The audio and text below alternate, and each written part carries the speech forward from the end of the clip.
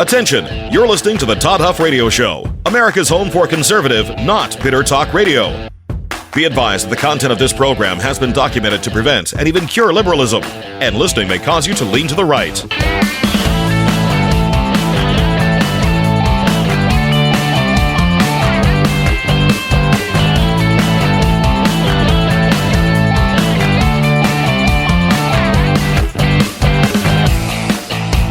Here's your conservative, but not bitter host, Todd Huff.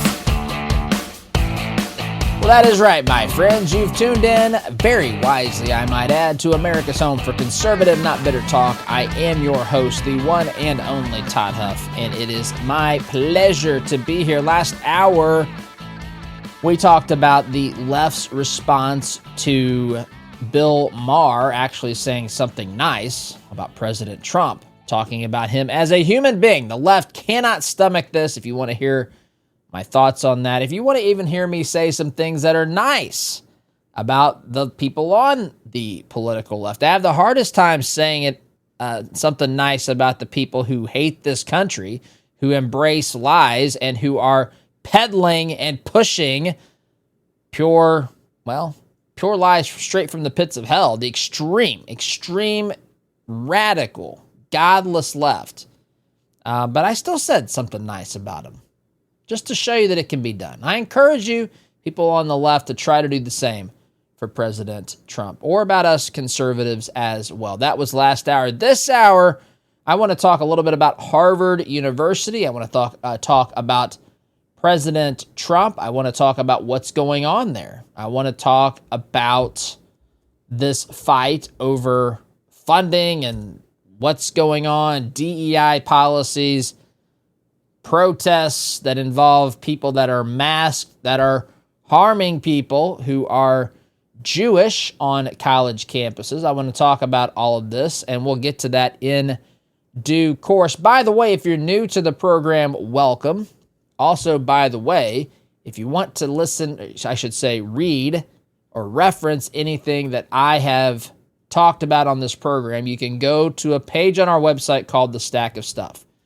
The Stack of Stuff is a hat tip to the late, great Rush Limbaugh. He had a physical stack of stuff. We have a digital stack of stuff. You can see that on our website if you want to reference any article that you heard me mention here on this program. That is where you can go, and that's the direction we're headed here this hour of the program, my friends. Before we get there, though, I want to tell you, if you love real seafood, real, authentic, fresh seafood, you have to check out Kenai Fish. Kenai Fish is a family-owned company that delivers wild-caught Alaskan seafood straight from the Alaskan waters right to your door, no matter where you are in this country. This is I think, a really cool thing, especially if you're in a place that doesn't have access to wild-caught seafood. You can get that through Kenai Fish, and it comes to you next day air in vacuum-sealed packages. We're talking salmon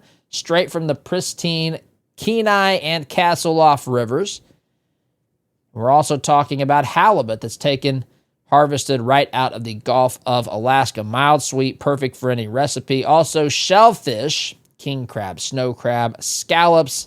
It's the best Alaska has to offer you, my friends, no matter where you are in this great nation. Kenai Fish is about quality, sustainability, and supporting hard-working American fishermen. Go to KenaiFish.com, and this is how you spell that.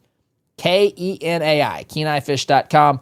Promo code Todd will save you 15% off your purchase. That's KenaiFish.com, KenaiFish.com. Promo code Todd. You'll taste the difference, my friends, and you will be hooked. All right. I told you before, or I mentioned here off the top, Harvard is fighting back against President Donald J. Trump. Headline, CNN. In fact, I'm going to play a bit of an interview that CNN had with a Harvard lawyer. So the Trump administration announced on Monday that they would freeze $2.2 billion, that's billion with a B, dollars, in multi-year grants and $60 million in multi-year contract value at Harvard University after the school said it would not follow policy demands from the administration. Earlier Monday, Harvard University said it would reject the Trump administration's demands for policy changes at the school.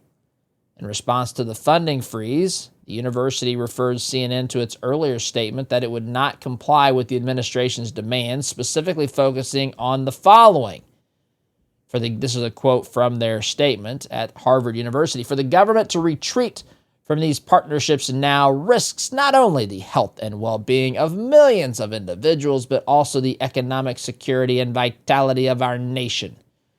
All right, so that's what's going on there in general. Now, what I want to say here is, I want to do a couple things. Number one, I want to kind of summarize what's going on here.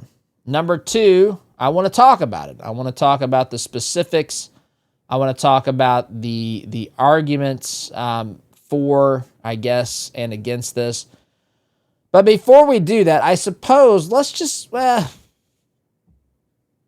let's first go into. I've got this interview queued up, but let's first kind of do a summary here. Let's first do a summary. So, the background here is that a conflict has emerged between the Trump administration and Harvard University when Harvard refused to comply with certain federal civil rights laws, particularly laws concerning allegations of anti-Semitism and ideological bias on college campuses. The Trump administration claimed that Harvard University did not do its job in protecting Jewish students from discrimination and harassment. Some of this was extreme, by the way. Maybe even cases of assault. I mean, these students were mistreated in dramatic ways. I mean, you remember this. This wasn't that long ago. And this was especially true during the protests on college campuses that were related to the war in Gaza. Now, the administration says, look, here's the deal. Now, this fundamentally, let's understand what's happening here. I'm going to tell you, I don't like this. I have made this abundantly clear. I have shared this with you. I hate how things get funded in the United States of America today. I truly hate this. That my kids will say, Dad, don't hate it. I don't know. This is probably the kind of hate I hate this for reasons I think that are justifiable. And I think even good. So you have a point in time. You know, this is tax day. And so that's important. That maybe that should be just kind of the jumping off point here, because now Americans have to file. You have to fill out paperwork, oftentimes hiring an accountant to fill out complicated paperwork to make sure that you send the federal government the appropriate amount of money that you don't really know what you owe them, especially if your tax situation is the slightest bit complicated. You don't know what you owe them.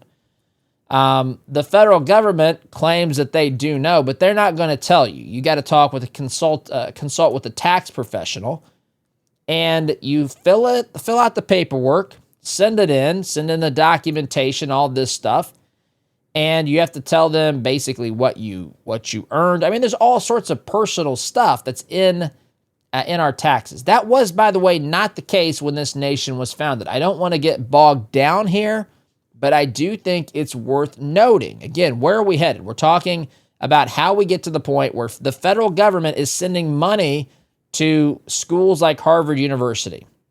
How did we get to that point? Well, first and foremost, the federal government has to get its hands on money. And in order to do that, they passed a constitutional amendment, actually, to have the ability to tax you directly. Prior to that point in time, the federal government could not levy direct taxes on the American people. They could levy taxes and say that a state, all states had, if you look at the total, states have this tax liability. If your state's population was 5% of the total population of the country, then whatever the total tax bill was, the state would pay the proportion that it was allocated based upon the population. And so states would then collect and then send those taxes to Washington, D.C. to pay the government to operate in a limited capacity. This was a beautiful way to keep the government from just growing out of control. There's plenty of checks along the way. We did away with that. A constitutional amendment that said now this government can now directly, the federal government can now directly tax its citizens. And from that, now they're in your business. They are looking at how much money. Why does a government need to know how much money? I really mean this. I know that in a society that is totally, people my age, well, actually, anyone paying taxes today, no one was alive prior to, well, some of them are still receiving Social Security, according to Elon Musk, or maybe some grants to start a business at 150 years old. But we know that these folks no one's alive at 100 well, there's a couple. I think the oldest person in America is 114. The IRS, the tax day was created 112 years ago. So you can see that there's very few people that were even born, let alone paying taxes. But if you could go back, you could say that the way that it was done before would have been foreign to the way that it's done now would be foreign to the folks who lived in that era.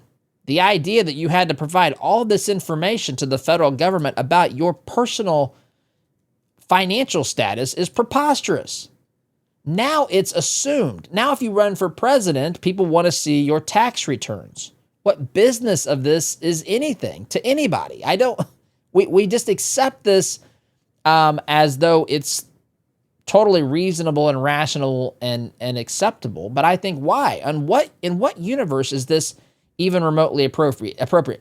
And what it does is, because we all now feel that the government's entitled. They've got the IRS. They can tax my income. In fact, they can take it out of my paycheck. Used to, I would receive my income and then I would have to send in the check. Now we got withholding. I don't even see the money. A lot of people don't even realize how much they're being robbed by our federal government. That's one of the process. That's why a lot of people become conservative as they age, because they look at their pay stub at some point and they think, what in the world is going on? I didn't realize it was going to be this costly when I was out there arguing for liberal causes when I was a student at university and so forth. But so this is how the federal government gets its hands on our money. And then it basically says, if you, institutions, states, whatever, if you follow some basic parameters and guidelines, we will then grant this money back to you to do these very important things for the overall health and wellness and prosperity of our country. So that involves educating our young people. And so the administration says that's all well and good. We have these funds to do this, but in order to do this, you have to apply, you have to follow the law as we interpret it. And we interpret these DEI laws to go against civil rights laws, because what in the world are we now giving bonus points to people based upon anything other than merit? And so that's one of the things. In fact, I'll tell you that Trump's demands, the administration's demands on these universities are, first, that they implement a merit-based admissions and hiring practice. Practices plural, those are multiple. But if you want to get into the university, you should be able to demonstrate that you are a good enough student, period. All these other criteria actually show preference based upon race, gender, whatever it is. And these are things that we really shouldn't be looking at. In fact, we should be looking at these things like Martin Luther King told us, to live in a society where we judge someone not on the color of their skin, but on the content of their character, or in the case of academics, on their ability to demonstrate that they're a good student who can excel at the university that is accepting them. Likewise, the same is true for candidates who are being hired to run that university. So they say that that's Trump's demands are, look, you're violating the spirit of the law by doing these things and giving bonus points to people for things that are not related to merit. Number two, Trump says, well, this is connected, where you're going to eliminate the DEI policies, diversity, equity, and inclusion. You're going to get rid of those because those are things that we have gotten rid of in our administration. If you want to get the money, listen, again, as I laid out, I don't like the way that the funding process works, but I didn't make this. This is the creation of the lovers of big government, and they don't like it when it's used by the people like Trump, conservatives in government, to say, just as you use this to push your radical concepts out into these schools and universities, we're now using it to bring them back to decency and relevance and compliance with the law. The third point is that they want to conduct the Trump administration wants the university or a third party to conduct audits of faculty and student viewpoints. So, in other words, listen, you can't start a nonprofit organization, for example, and it be partisan. There are there's a ton of tax classifications, clarifications, but if you want to raise funds for, you can have a nonprofit that has tax deductible giving that teaches people American history. But if it is becoming a partisan entity that's pushing political benefits or political beliefs, I should say, on people, then it begins to violate what its nonprofit status is basically in existence for. And so, in a similar way, this is only analogous here, but in a similar way, if you have a university that's designed to output people who are leftists, who are voting Democrat, if that is the unspoken purpose of this process, and you want taxpayer money to fund a partisan thing. Now, this is, I'm demonstrating this in an extreme situation, or I guess to the extreme. But if you've got a bunch of people there that are radical leftists, if there are no conservative voices or alternative voices on the campus, and if some of these things that we've seen happen in college classrooms around the country are happening at scale, then we have a real problem. Look, I went to college when did I go? 1996 is when I first stepped into my first college classroom at Butler University, 1996. And I remember I had a professor there. I won't say his name. I don't know if he's still there. That's a long time ago. That's almost 30 years ago. But I had, nearly 30 years ago, I had a professor that would not grade one of my papers, an opinion paper, mind you, because I referenced and cited the Bible. He refused to grade it.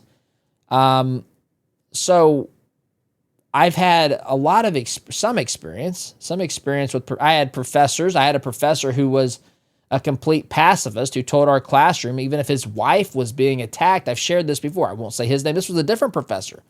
Even if his wife was getting attacked when he came home from work, he wouldn't intervene physically. No. He would use conversation, my friends, showing us just how stupid and how much his worldview could only exist in a bubble of a university setting, because that doesn't fly at all in the real world. I had professors who openly in front of the class said, again, a different professor, said Christianity, a good idea, but it got all blanked up. I had that said about my faith and didn't undermine my faith. I had a professor one time, biology professor, who I had a lot of respect for. He thought that, I don't know if I've ever shared, I think I've had to share this story. It's a longer story. I'm not going to get into it, but the gist of it is he basically knew I was a Christian I don't know how. I don't know if it was just conversation we had. And at the beginning of his conversation leading into this discussion of macro evolution in biology, he said some of you come from a background of faith, and at the end of this, you're going to have a lot of questions about your faith. And I remember distinctly thinking, well, bring it on, Professor so-and-so. And I got to the end of the lesson, and I said, you got to be kidding me. And I said, Professor so-and-so, I'd like to have a office call with you. I'd like to sit down and talk about this. And I told him, I said, look, you presented what you thought was an argument that was going to destroy my faith. And I got to the end of this lesson, this end of this particular part of the study, the course of study in biology. And I said, you got to be kidding me. You think that this answer, you think that this proves there's no existence of God? What are you talking about? The guy blew up at me. I mean, he was slamming his hands on the desk. This was one of the most pivotal moments in my education career, because I realized that we're not dealing with intellectual objections. We're dealing with spiritual objections and feelings and desires that people have to be the God of their own life in this particular example. He told me, I remember this very clearly as well, he said, if you could go walk on Holcomb Pond, this was at Butler University, he said, then maybe I would believe. And I said, Professor so-and-so, that's already been done, and I'm not the one who did it. He didn't like that either. The point here is that if all your professors are on that side, and it's not just that they have those beliefs and they're teaching their subjects, if they're using those to force an outcome, and you're getting federal tax dollars, do we not have a concern? Should that not be something that we even pay attention to? Why does it seems reasonable to me that we would want at least some degree of equal representation. Remember who was the group? NPR. Remember, NPR had 87 people on their editorial board, and they were all Democrats. NPR, 87. This just came out a few weeks ago during testimony in Congress. So obviously, these things are relevant. Why are you getting tax dollars for something that's a partisan enterprise? Which certainly you can make the case that colleges have become a breeding ground for leftist ideology. In fact, that you're actually, I would go as far to say that students are penalized sometimes, maybe oftentimes, if they don't echo the sentiments and beliefs of the people that are leading these classrooms, who far too often are radical leftists. So there's more to this story, this fight between Trump and Harvard University, but I'm up against the time here, my friends. I have to take a time out. Quick time out. You're listening here to Conservative Not Bitter Talk. I am your host, Todd Huff. Back here in just a minute. Welcome back, my friends. So, picking up where we left off at the beginning of last segment, we're talking again about the fight here between the Trump administration, Harvard University. We went through a couple of the requirements, the demands that the Trump administration is placing upon Harvard University. Again, I went to school. I've shared some personal experience. We all know, if you've been to school, now it might depend upon what you went to school for. If you went for business administration, an MBA or something on the business side, it might have been a little bit different world. I know when I was at Butler, people who are studying pharmacy, their experience was much different than mine. But if you were in liberal arts and sciences, if you were taking courses in political science, if you were taking courses in philosophy, other liberal arts and sciences, you were subjected to leftist professors, which, listen, I'm glad that I had.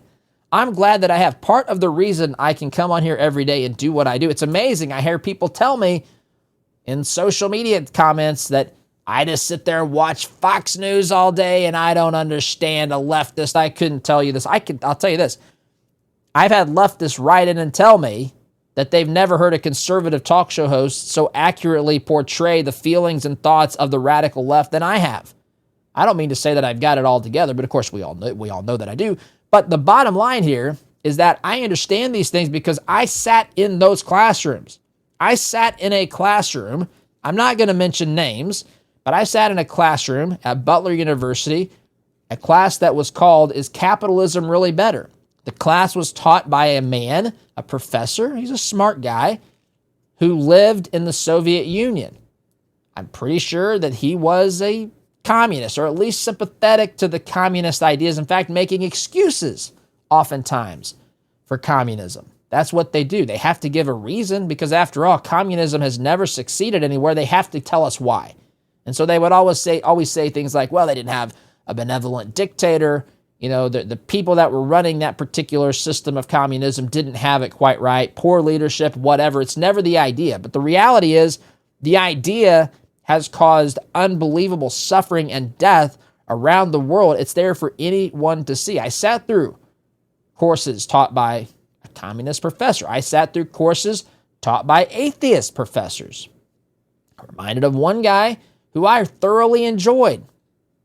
Didn't agree much personally, but we read a book. I don't know what all we did, but the semester largely was around a book called The Brothers Karamazov. It's a big book, probably the biggest book I'd read up until that point. Great book.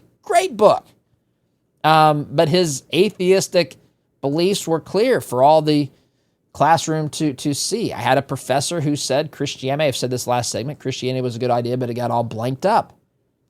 I had a radical feminist professor who I also liked. I mentioned I had a complete pacifist professor. I had the professor that wouldn't grade my paper was a leftist. Listen, I've sat in those classes.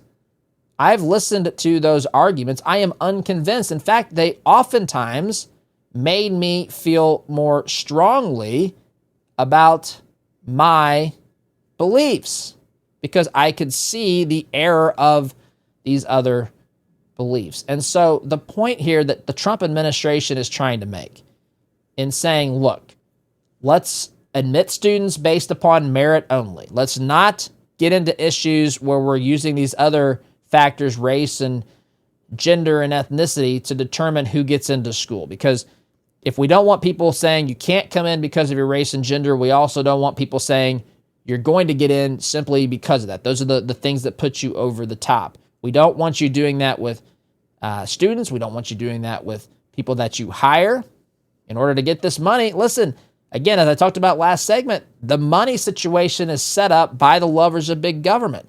I didn't make the rules.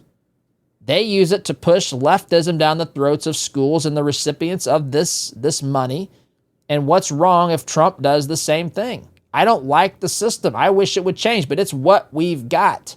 And by the way, why does Harvard have to take the money? Why have they become dependent upon it? Why? This is the nature of things. This is why it's so hard to cut federal spending, because everybody becomes accustomed to and reliant upon the handouts. This is human nature. And so when you try to change it, all this proverbial hell breaks loose. So we don't want taxpayer money, I should say, to fund organizations that are, well, in the business of cranking out people who are partisan hacks, Democrat voters and Democrat politicians. Why should the taxpayer pay for this? In a fundamental sort of way. Now, you can say that's not really what's going on, but I'm painting a picture to say this is the argument. Is this what taxpayer dollars should be used for? This is what I experienced. I shared some of my experiences over 30 years ago, and it is worse for people who are conservative and Republicans today. I think that there's more outspoken voices, but I think that there have to be more outspoken conservative voices because they have been so attacked on these campuses. They've been so intimidated and silenced for so long that I think they've found their strength and they've banded together, and good for them. And I want to see more of that. But this is what Trump is trying to do. That's why they're talking about conducting audits of the faculty and viewpoints of the students, because if everybody there is a leftist and everybody being cranked out is a leftist, and it's not just, and this is an important differentiation, it's not just that a leftist is teaching a subject and they're not using it to push it down the throats of students. Listen, I can tell you, 30 years ago, I remember that one professor who wouldn't grade my paper. He was, at one point in time, he was my guidance counselor, or whatever the term is, who helps you, pick the classes and get a career path and maybe find an internship. He was pushing so hard for me to intern at the AFL-CIO, knowing who I am, knowing what I believe. He was basically pushing for that. And why? Because his intent, I'm telling you, his intent was to have me come out the other side with my diploma as someone who was on the political left. It's really a preposterous thing, my friends. That's not the purpose of schools. That's not the purposes of university. The university should be designed to help people learn how to think, to be critical, to be exposed. Listen, I'm glad I was exposed to these ideas. Why can't they be glad to be exposed to the ideas of conservatism, of the Constitution, of the founders? Why does it always have to be created or taught alongside this idea that this is systematic, that there's systematic problems to our system? Listen, I understand at the founding, I've said this more times than I can possibly count.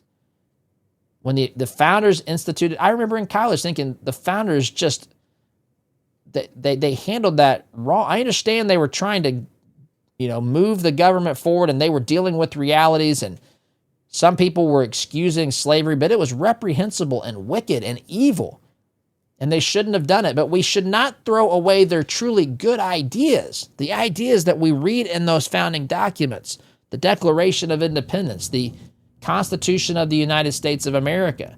We shouldn't throw out all of the truly magnificent ideas and ideals because of the issue of slavery. By the way, the issue of slavery has been remedied. It has been addressed. There are plenty of good ideas, foundationally good ideas in this country, and we need to see the government, we need to see more people embracing them, candidly. But too often, students are taught to hate them in the university setting. Trump's administration also seeks, reforms in international student admissions and a reduction of student and untenured faculty influence. So what's at stake here is about $2.2 billion in multi-year grants, $60 million in contracts that Trump says is frozen for Harvard until they respond, until they do these things that Trump is asking them, demanding that they do. Harvard says no. The president, Alan Garber, rejected these demands, said that this is an illegal federal authority. This is not under the president's scope of power and so forth. It's infringing upon the independence, the constitutional rights, the intellectual integrity of the university, and attempting to regulate this the conditions of the intellectual discussions happening at Harvard and elsewhere, they say is an unacceptable thing for the president to do. To which, again, I say, why don't you just not take federal funding? So, Harvard has apparently, I don't know to what degree, but from what I'm reading, they've acknowledged the need to address anti-Semitism, but it wants to do it through its own campus measures rather than doing it the way that Trump says that they should do it, because they say that that is politically motivated, which, of course, nothing that Harvard does is. Just tell us, who did you vote for? We know who you voted for. The faculty, the students at Harvard, we know who they voted for. They want to address it and listen, I understand, but quit taking federal money. I mean, you can't have it both ways. You can't say that we have to take federal monies in our local schools and flyover country and accept these stupid curriculum and programs and so forth that come along with the dollars, while then refusing to accept this in return. I've got to take a break, my friends. Sit tight. Back here in just a minute.